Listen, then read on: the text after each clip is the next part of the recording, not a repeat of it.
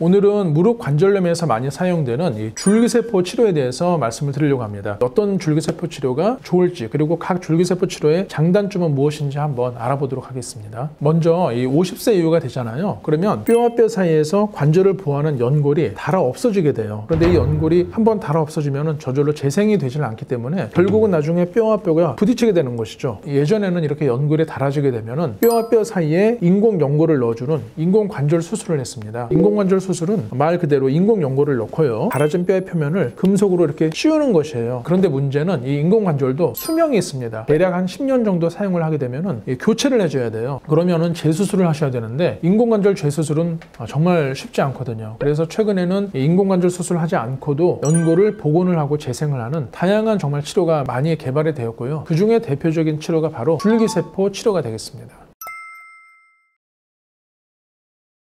우리 인체는 조직이 손상이 되잖아요. 자연히 이렇게 재생이 되는 힘이 있습니다. 그런데 몇 군데의 조직은 한 번 손상이 되면 절대 재생이 되지 않아요. 이때 필요한 것이 바로 줄기세포입니다. 줄기세포는 조직이 손상될 때 손상된 조직으로 이동해서 조직의 재생을 촉진해주는 세포를 바로 줄기세포라고 하겠습니다.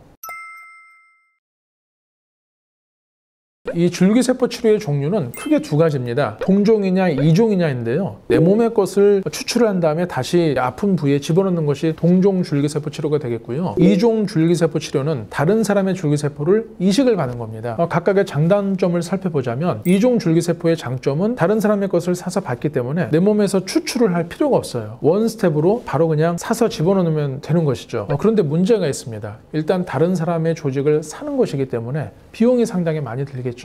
그리고 타인의 줄기세포를 이식을 받았을 때 그 줄기세포 조직에 바이러스가 숨어 있다면 당연히 큰 감염에 걸리지 않겠습니까? 이런 감염의 문제가 있겠고요. 타인의 줄기세포이기 때문에 내 몸에 들어와서 거부 반응을 일으킬 수 있어요. 뿐만 아니라 암으로 발전을 하기까지 합니다. 이런 좀 무시무시한 가능성이 있기 때문에 이종 줄기세포를 저희가 취급할 때 상당히 많은 주의를 기울이곤 합니다. 이 동종 줄기세포는 그러면은 어떤 장단점이 있을까요? 이종과 반대로 생각하시면 됩니다. 한번 추출했다가 집어넣는 두 단계 과정을 거치는 시술이 되겠고요. 장점은 비용이 적게 드는 것입니다. 그리고 또 하나는 바이러스 등의 감염이라든지 거부 반응, 암으로 발전할 그런 가능성에 대해서 상당히 좀 가능성이 없다라고 할 수 있겠습니다. 그런데 내 몸에 줄기세포를 사용을 할 때는 크게 세 군데가 있는데 이 부위에서 채취를 하셔야 합니다. 첫 번째는 골수가 되겠고요. 두 번째는 이 활액막, 세 번째는 지방이 되겠습니다. 먼저 골수부터 말씀을 드리면 뼈의 중심에 있는 액체를 말하는데 장점은 줄기세포의 농도가 아주 높습니다. 그야말로 골수는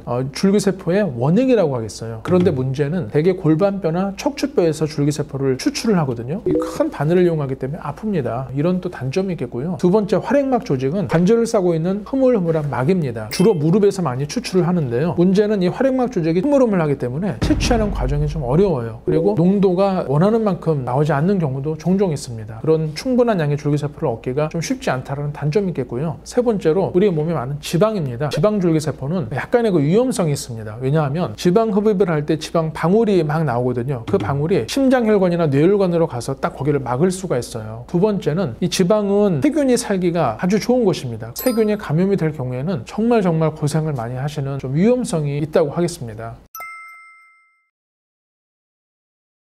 네, 그렇다면 무릎 관절염을 치료를 할 때 있어서 어떤 줄기세포를 사용을 해야 할까요? 비용면이나 안전성 면에서 보면은 동종 줄기세포가 좀 더 안전하겠고요. 또 줄기세포 농도 면에서 보자면 골수가 좋겠죠. 그래서 동종 줄기세포면서도 골수를 이용하는 방법이 있는데요. 바로 골수 자극 재생술이라는 방법이 있습니다. 손상된 무릎 연골에 작은 구멍을 뚫어서 그 뼈에서 골수가 나오게 하는 거예요. 그 골수에 있는 줄기세포 성분으로 손상된 연골을 복원을 하고 재생을 하는 그런 치료 방법이 되겠습니다. 요약하면 이 골수자극 재생술은 내 몸의 줄기세포를 이용하는 것이기 때문에 비용 면에서 보다 경제적이고 안전성 면에서 감염이나 거부 반응이 없는 그런 장점이 있겠습니다. 또한 이 골반에서 골수를 추출하는 것이 아니기 때문에 원스텝으로 간편하게 시술이 이루어진다라고 하겠습니다. 또한 절개를 하지 않고 미세침 내시경을 통해서만 시술이 이루어지기 때문에 당일 시술 후에 바로 일상생활이나 보행이 가능하기 때문에 입원을 장기간 하시기 어려운 분들 있잖아요. 그런 분들께서 조금 더 편하게 받으실 수 있다고 하겠습니다.